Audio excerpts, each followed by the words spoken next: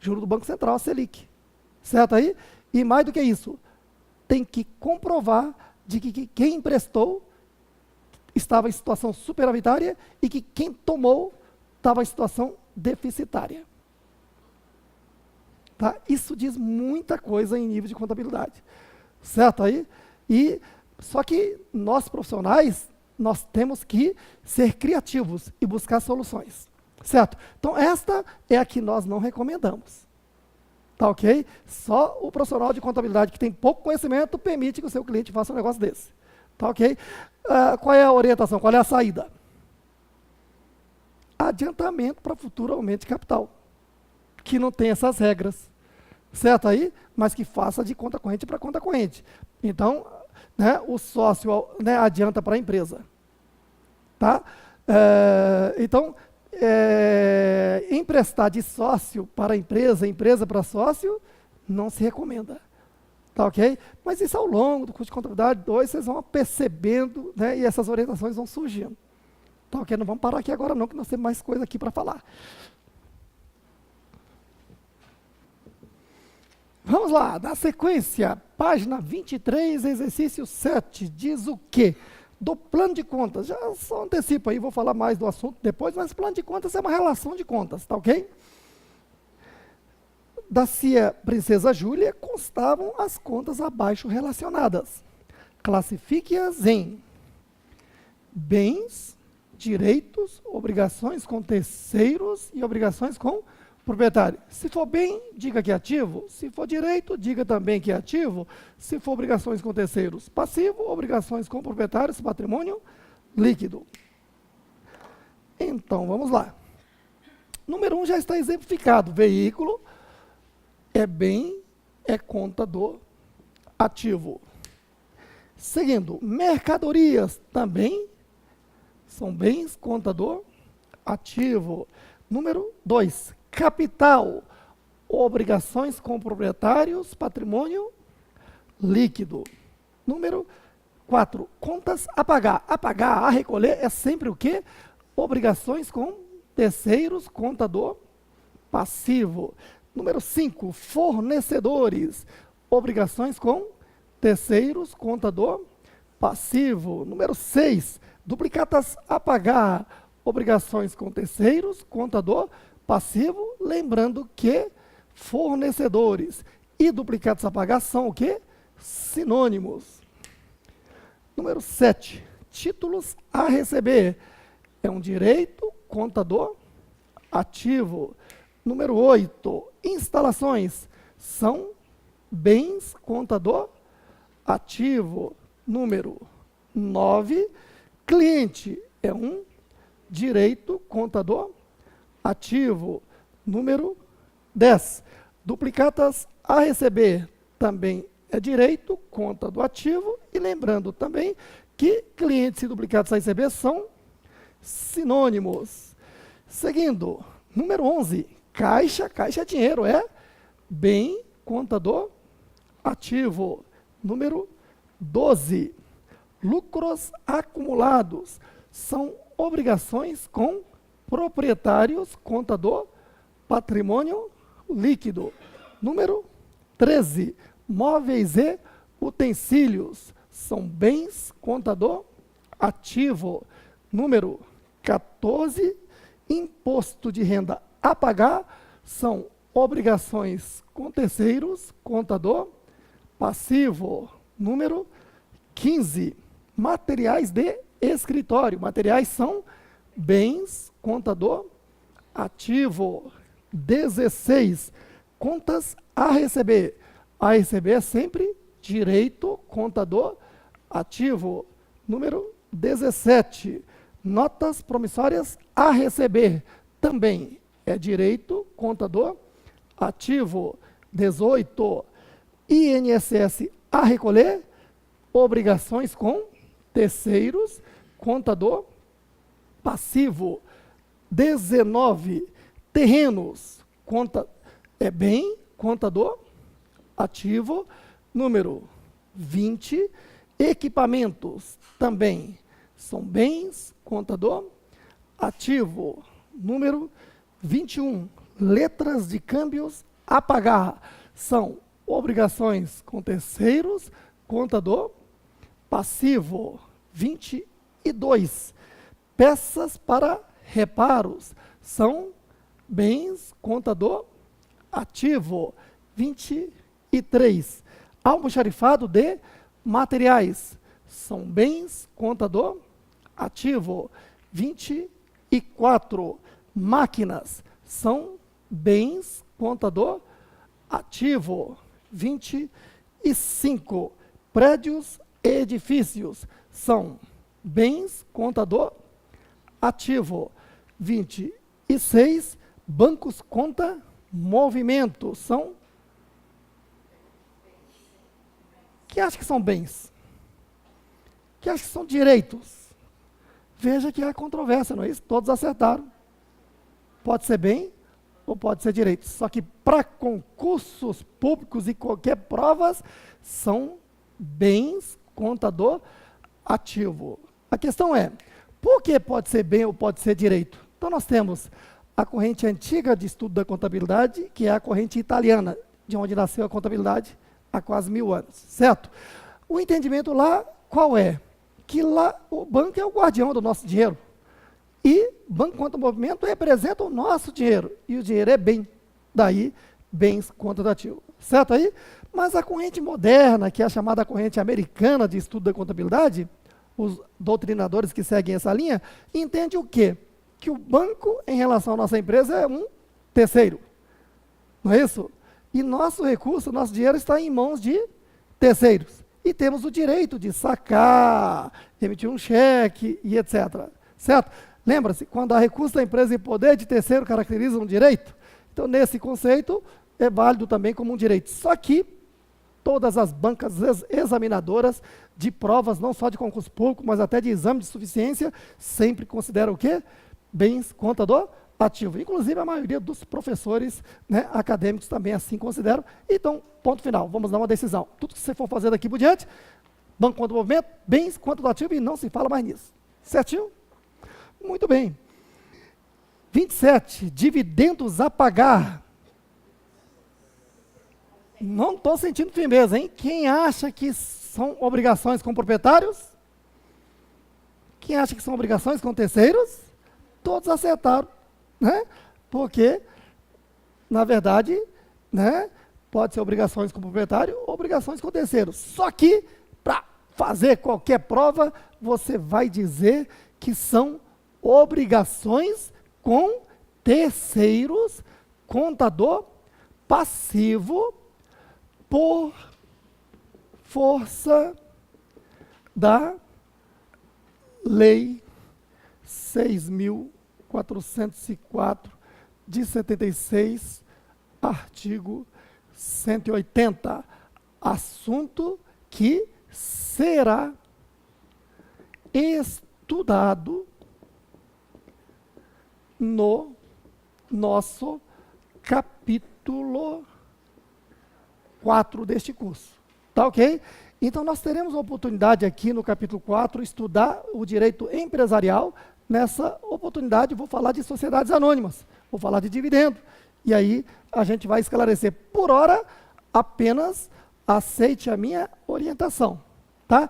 Por quê? Porque dividendo a pagar é pegar o lucro e dividir por número de ações, não é isso? E lucro são obrigações com proprietários. Só que no balanço, ele não vai aparecer no patrimônio líquido, ele vai aparecer lá no passivo mesmo. Por quê? Porque, né, a lei determinou que aquilo que tem prazo para pagar entra no rol das obrigações com terceiros, são as chamadas obrigações exigíveis. Mas veremos isso com mais detalhes na ocasião. Eu preciso de 1h30 para explicar esse negócio aí. Tá? Alguém levantou a mão aí? Não. Peças para reparo, ele está falando do bem. Aqueles bens que são usados para fazer reparos de alguma coisa na empresa. Tá ok? Então, quando eu estoco esse bem aí, ele é um ativo. É nesse sentido. Tá ok? Vamos lá, então. Agora, correção do exercício 8. Um pequeno teste aí na página 24.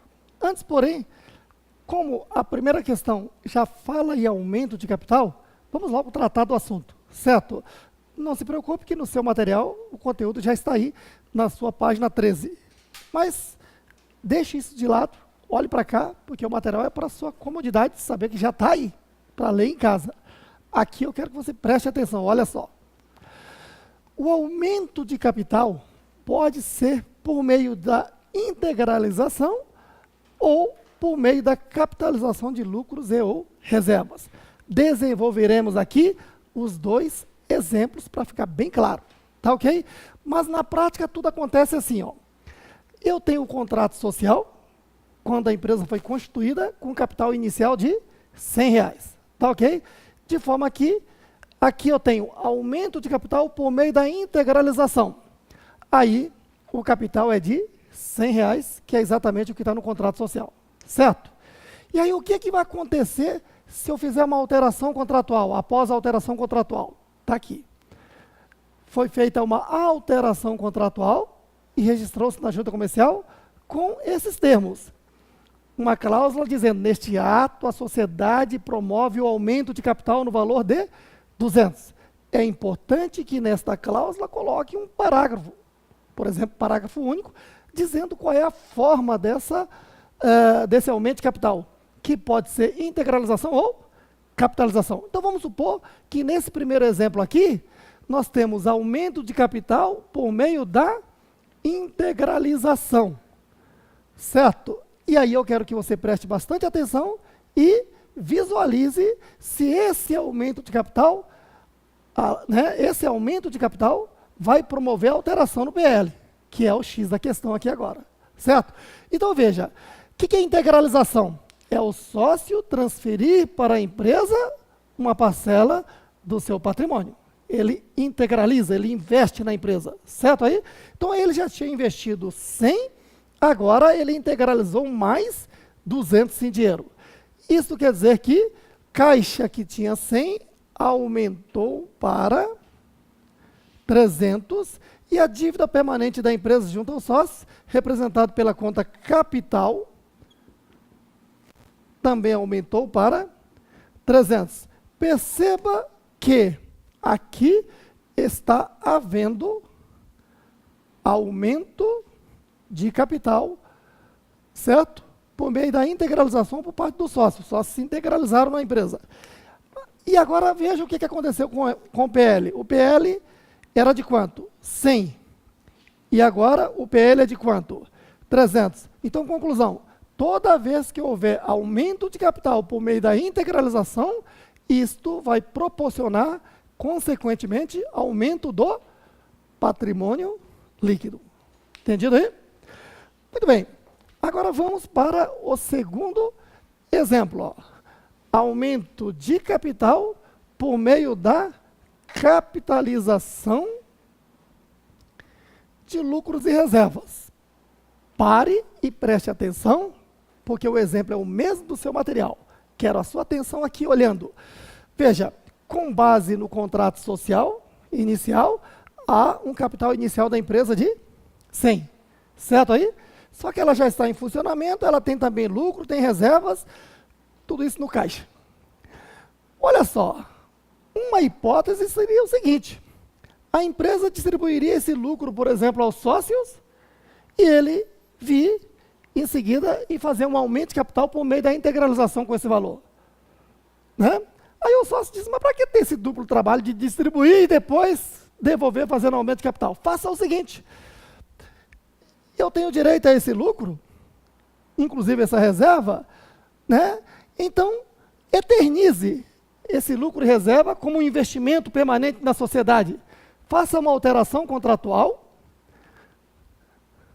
dizendo que a sociedade vai transformar aquela reserva e lucro em capital permanente, ou seja, aumento de capital por meio da capitalização. Então, registrou-se na junta comercial, feito só aqui no papel, aqui na contabilidade, o contabilista vai simplesmente transferir esse lucro e reserva para capital, ficando assim, a conta capital aumentou para 300, reservas e lucros desapareceram porque elas foram o quê? Utilizadas para aumentar o capital. Lá no caixa não houve nenhuma alteração, o dinheiro do capital, lucros e reservas, agora passa a ser dinheiro de capital permanente investido por parte do sócio. De forma que daqui por diante, se o sócio quiser retirar alguma coisa, vai ser necessário fazer uma alteração contratual para fazer uma diminuição, redução de capital. Né? Antes, ele poderia receber esse lucro sem nenhuma alteração contratual. Agora, né, observe isso aqui. Ó. Houve sim o quê? Aumento na conta capital, não houve? De 100 para 300. Agora, perceba que o patrimônio líquido era de quanto? 300. E ela continuou 300. Então, conclusão. Né? Quando se faz aumento de capital por meio da capitalização de lucros e reservas, isto não proporciona alteração no tamanho do patrimônio líquido. Certo aí? Poderia sim ter uma terceira modalidade. Qual seria? Um aumento de capital misto. Parte integralização, parte capitalização. Aí eu te pergunto, nesse caso, haverá alteração no PL? Sim. Em que proporção? Na da integralização. Pronto, você sacou tudo. Já podemos responder aí a questão de número 1. Veja só.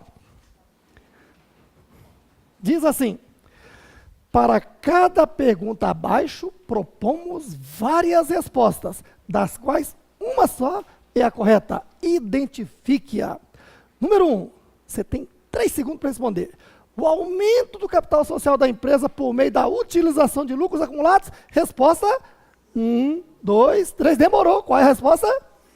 Letra C. Não aumenta nem diminui o PL. Muito bem. Pois não. Olha só. Nós temos um capítulo reservado só para esse assunto aí. Tá ok? Para a gente estudar. O colega está perguntando o seguinte: Roberto, pode, na opinião dele, né? Pode haver sim um aumento de capital pela integralização sem alterar o PL. E eu digo que você está errado, não pode haver, já deixo antecipado isso. Né?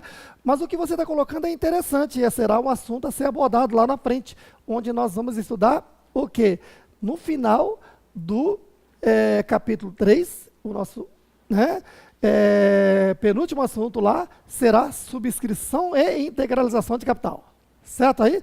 Eu não falo de subscrição aqui agora para não dar um nó na cabeça dos outros, mas posso fazer um comentário só para que você compreenda. Né? Subscrição é o compromisso que o sócio assume de integralizar o capital.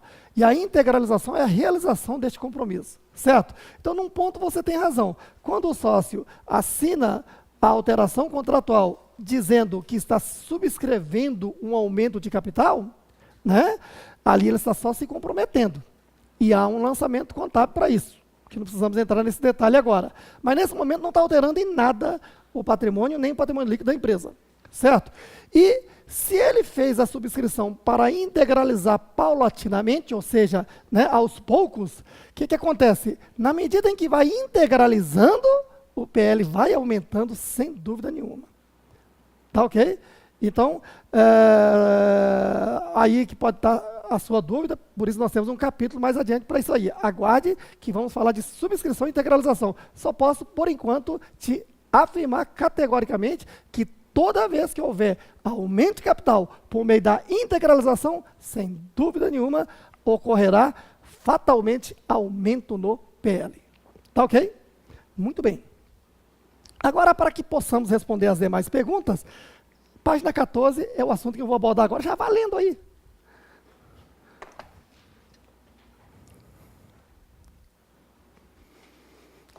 Por favor, preste atenção.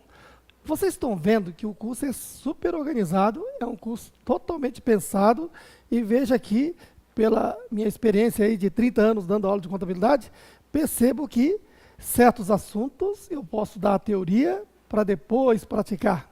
Né? Alguns outros assuntos já tem que dar a teoria praticando. Então veja que você está fazendo o exercício comigo aqui, o exercício 8. Né? E para falar do item 1 aqui, veja que eu falei do aumento de capital e você entendeu tranquilamente, não é isso? Pronto. Agora, né, para que possamos responder as demais questões, eu vou primeiro fazer referência aqui a capitais. Como assim?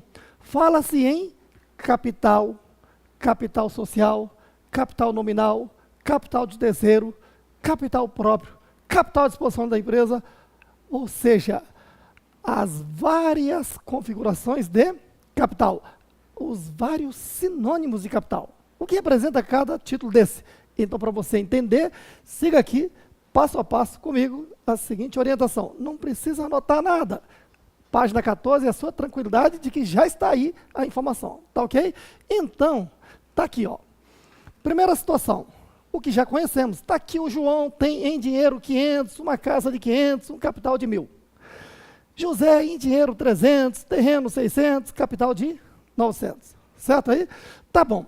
Aí o João resolveu entrar com R$50, José com R$50, eles se tornaram sócios, contrataram um profissional da contabilidade ou da advocacia, eles prepararam um contrato social e registraram na junta comercial, nasceu a empresa. Agora, esses sócios vão investir na empresa, cada qual R$50, vão integralizar esse capital inicial. Como o dinheiro é bem, então, eu vou demonstrar o quê? Que houve essa entrada de dinheiro no caixa, conforme você já conhece, de R$100. E a empresa ficou devendo aos sócios R$100. O dinheiro que está sob a posse da empresa é parte da riqueza ou capital de João e parte da riqueza ou capital de José. Então, o nome dessa dívida é capital. Perceba, então, que capital, na ótica dos sócios, são suas riquezas, mas capital, na ótica da empresa, é o que ela deve aos sócios. E aí, lembre-se, nós falamos que patrimônio líquido representa obrigações com proprietários, não é isso? Há obrigações com proprietários quando há riquezas deles aqui aplicado no ativo. Certo? Aí nós falamos, o lado do ativo é o lado das aplicações, passivo e patrimônio líquido, o lado das origens. Então, o recurso que está aqui aplicado no nosso ativo originou de proprietário. Então, nós temos obrigações com eles. Muito bem. E aí, o que acontece? Daqui por diante, nós falamos que, nesse caso, quem está financiando o recurso que a empresa vai utilizar para desenvolver suas atividades são os proprietários. São as riquezas dos proprietários que estão aqui aplicados. Riqueza tem como sinônimo o quê? Capital. Certo aí? Então, são capitais dos proprietários que estão aplicados aqui. Então, posso chamar isso aqui de capital dos proprietários ou capital o quê? Próprio. Pronto, você acabou de aprender uma nomenclatura. Capital próprio. Numa prova, quando o examinador disser o seguinte, da relação de contas abaixo, indique o capital próprio. Você vai somar todas as contas do patrimônio líquido, ele que é o total do PL. Então, daqui por diante, você já sabe, PL tem como sinônimo capital próprio. Entendido aí? Seguindo, capital é riqueza, não é isso? Então, exemplo número 2. Olha só. Aqui está o fornecedor, que em relação à nossa empresa é um terceiro. Compramos aquela mercadoria a prazo. Na ótica do fornecedor, que está vendendo a mercadoria da sua atividade mercantil, emitiu uma nota fiscal e gerou uma duplicata. O fornecedor vendeu a mercadoria e tem duplicata a receber. A nossa empresa que comprou tem essa ótica. Ó, mercadoria entrou aqui no ativo, aumentou mercadorias, R$200 e ficou devendo R$200 a quem? Ao fornecedor. Então, posso chamar isso aqui de fornecedores. Ou devo o que ao fornecedor? Duplicata. Então, poderia ser duplicata a pagar, conforme já sabemos. Certo? Mas eu quero que você perceba o seguinte, ó, passivo representa obrigações com terceiros. Mas por que eu devo a terceiros? Ora, essa mercadoria aqui não é uma riqueza de terceiro? Riqueza não tem como sinônimo capital?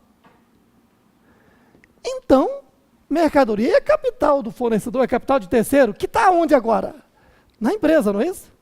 Então, há obrigações com terceiros, porque há capitais de terceiros aplicados aqui no nosso ativo. Ó. Certo aí? Há obrigações com terceiros, que há capitais de terceiros aplicados aqui no ativo. Por isso é que o passivo é chamado de capital de terceiros. Ou seja, há obrigações com terceiros, porque há capitais de terceiros aplicados aqui no ativo. Então a empresa deve capital de terceiro, deve riqueza de terceiro. Pronto, se você está fazendo uma prova e o examinador te apresentou uma relação de contas e diz, indique a alternativa que contenha o capital de terceiro. O que você tem que fazer? Somar todas as contas do passivo. Mole, mole, não é isso? Conclusão, está aqui, as várias configurações do capital, certo? Olha só, daqui por diante você já sabe, ó. Passivo representa capitais de terceiro, né? Ou capital de terceiro,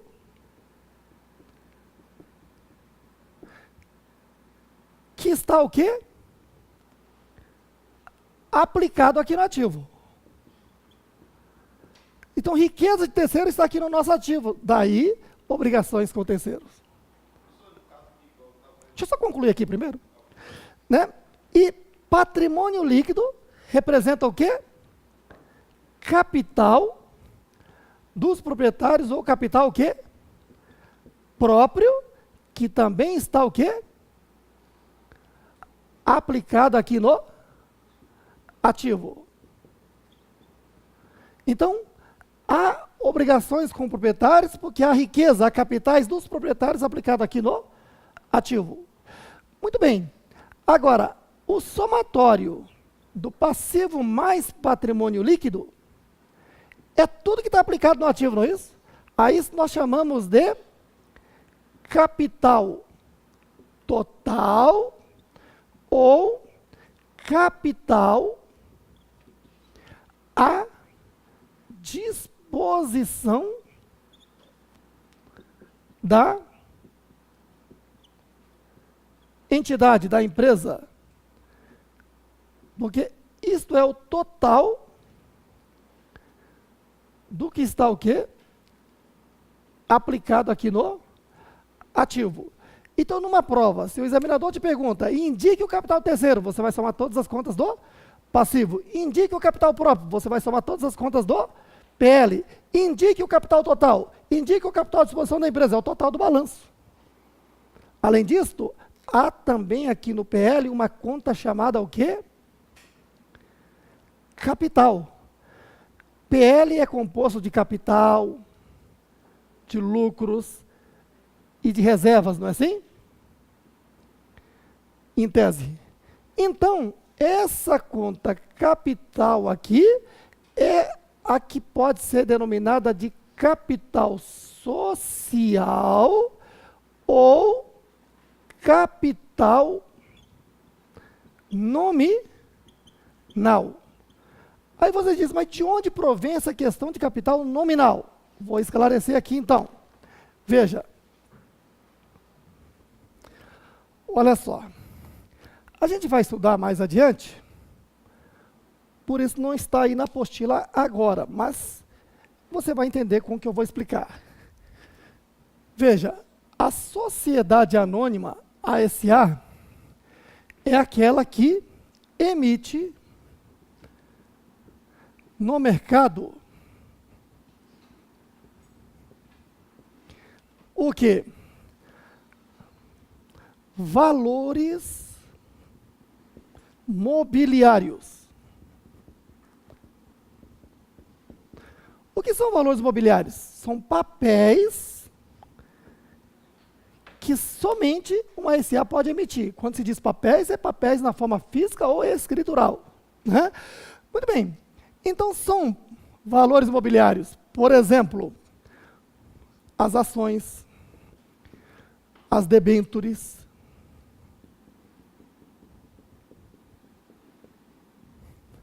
bônus de subscrição,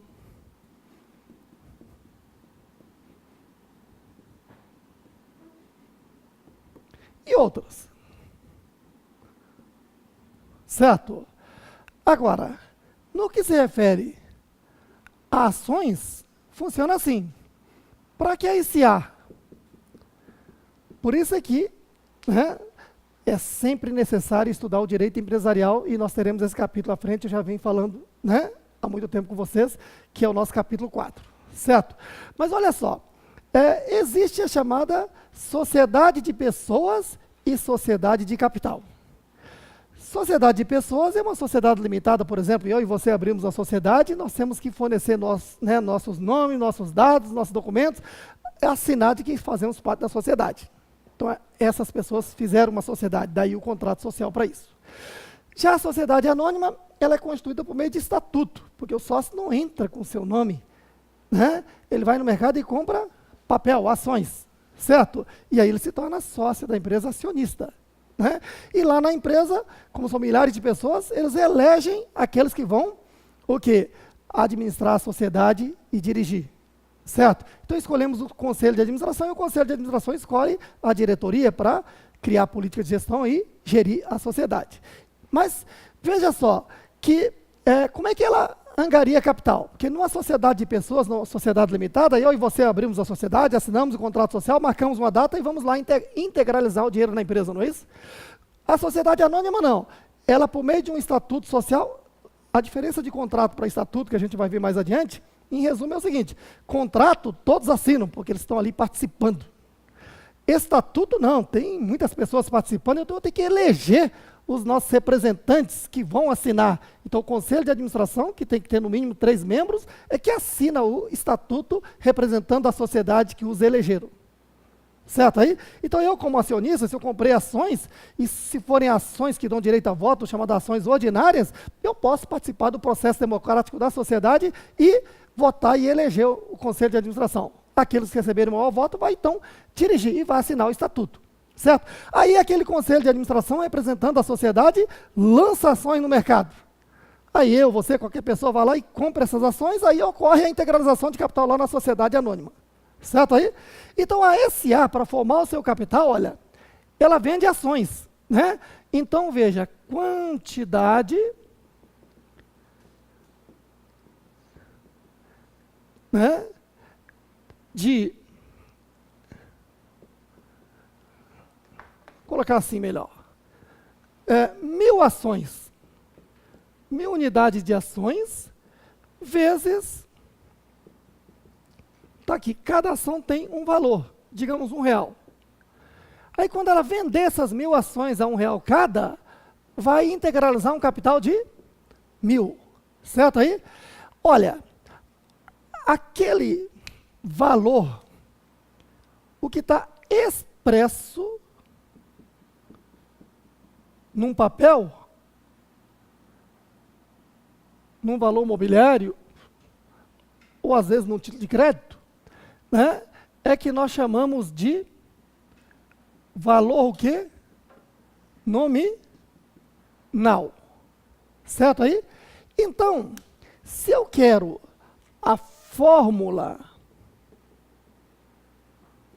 do capital, posso dizer que capital é igual ao quê? Total de ações que uma sociedade anônima emite, vezes o seu valor, o quê? Nominal. Certo aí? Então, quando ela vende essas 1.000 ações, esses R$1.000, eu vou dar entrada aqui no caixa e vai ficar devendo capital de 1.000. E aí, essa conta capital é que é chamada de capital social ou capital nominal. Aí você vai, por que você citou SA? É porque a gente vai estudar mais adiante que existe a chamada lei das SAs aplicável às demais empresas, que é a famosa Lei 6.404 de 76. Então essa lei é a lei das SAs, mas na parte contábil se aplica a todas as empresas de direito privado. E como a figura capital, prevista na lei, decorre do capital de uma sociedade anônima, então a conta capital nas provas, os examinadores chamam de capital social ou capital nominal. Pronto, as várias configurações do capital. Capital de terceiro, todas as contas do passivo. Capital próprio, é todo o PL. Capital social, capital nominal, é essa conta capital aqui, somente ela. Certo? E, que mais? Capital total, capital à disposição da empresa, é o total do balanço passivo mais o PL. Com essas informações... Ah, tá, você quer tirar a dúvida. Porque você estava fazendo uns exercícios mais na frente, aí ele fala assim, quando ele diz só obrigações, eu considero só ser obrigações de terceiro... Guarde que eu vou falar daqui a pouquinho desse assunto aí. Tá? Segura aí. Muito bem. É o próximo assunto aqui. Tá?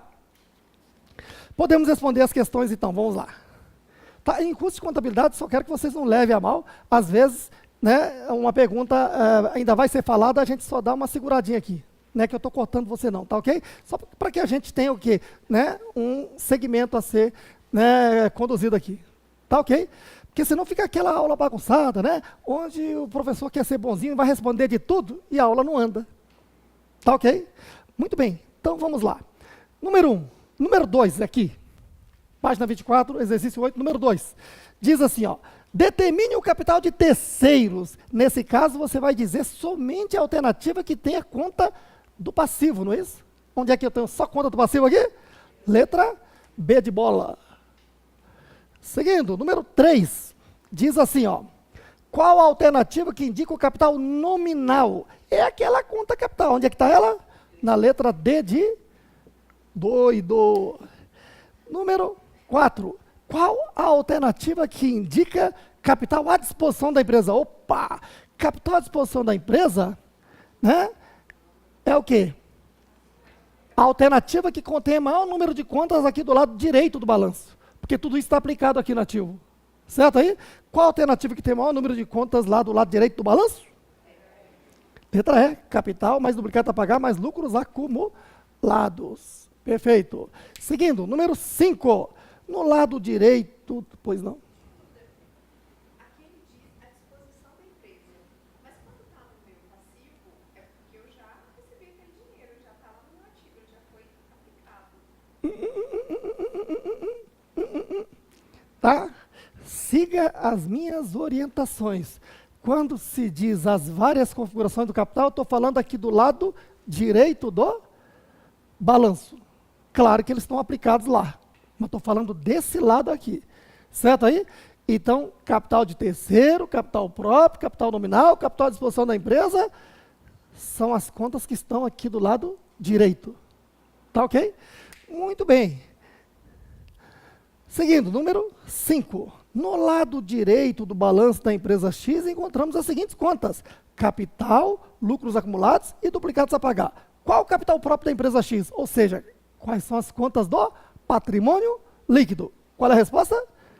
D de dado, capital mais lucros acumulados. Número 6. A liquidação de uma dívida é uma operação que liquidação é pagamento. Quando eu pago uma dívida, vai diminuir o passivo e sair dinheiro do caixa. Então, diminui o passivo e o ativo. Onde é que você tem essa resposta? Na letra B de bola. Diminui o passivo e o ativo. Número 7. Diz assim, assinale a alternativa correspondente a um bem. Qual a resposta aí? Letra E, direito autoral é um bem intangível. Número 8. Um patrimônio com situação líquida superavitária. É o que veremos já agora, logo a seguir. Né? Esta é quando nós estamos assim, ó. Tá? O ativo é superavitária porque dá para pagar terceiros e ainda sobra para os proprietários. Então, o ativo é mais do que o suficiente para pagar obrigações com terceiro. Onde é que você tem essa resposta aí? Na letra A.